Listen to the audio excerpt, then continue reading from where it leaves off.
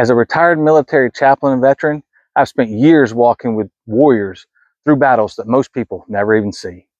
Today, we're starting something important, something foundational, something that affects countless men and women who've worn the uniform and many who never have. Today, we're talking about moral injury.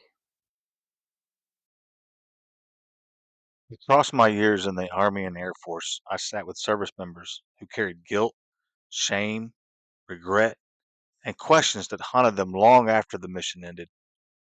Some of them had PTSD, but many of them had something different, something deeper, a wound not of fear, but of the soul. That wound is moral injury. So, what exactly is moral injury? Let me put it simply. Moral injury happens when you do something or witness something or fail to prevent something that violates your deeply held moral beliefs. It's the moment when your actions or the actions of others collide with your conscience. It's not just trauma, it's not just stress, it's a fracture in your identity. In my book, Moral Injury and Redemption, I describe moral injury as a wound that whispers, "You're not who you used to be. You failed. You're unworthy. You can't be forgiven."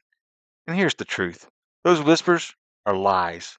But when you're in the middle of it, they feel real. Moral injury shows up in different ways: shame, guilt, isolation, anger, loss of trust, loss of faith, feeling spiritually dirty or unworthy, and feeling like you can't talk about what happened. But here's the part that most people miss: moral injury isn't limited to combat.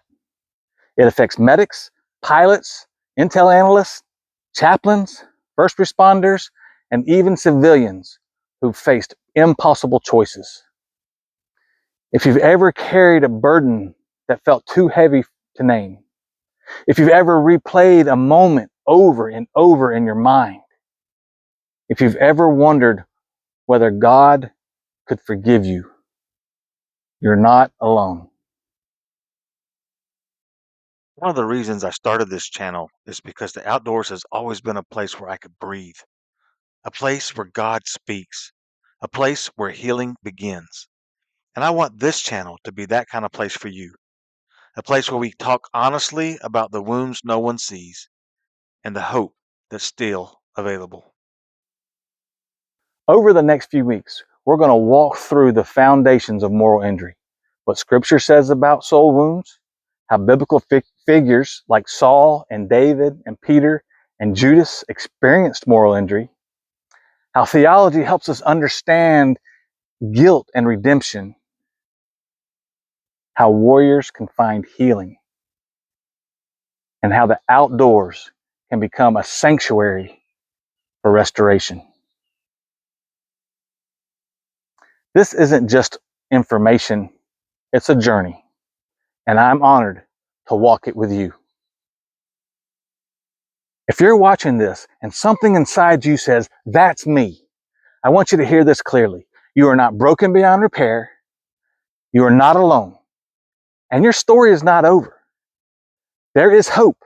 There is healing. And there is a God who meets us in the wilderness physically and spiritually.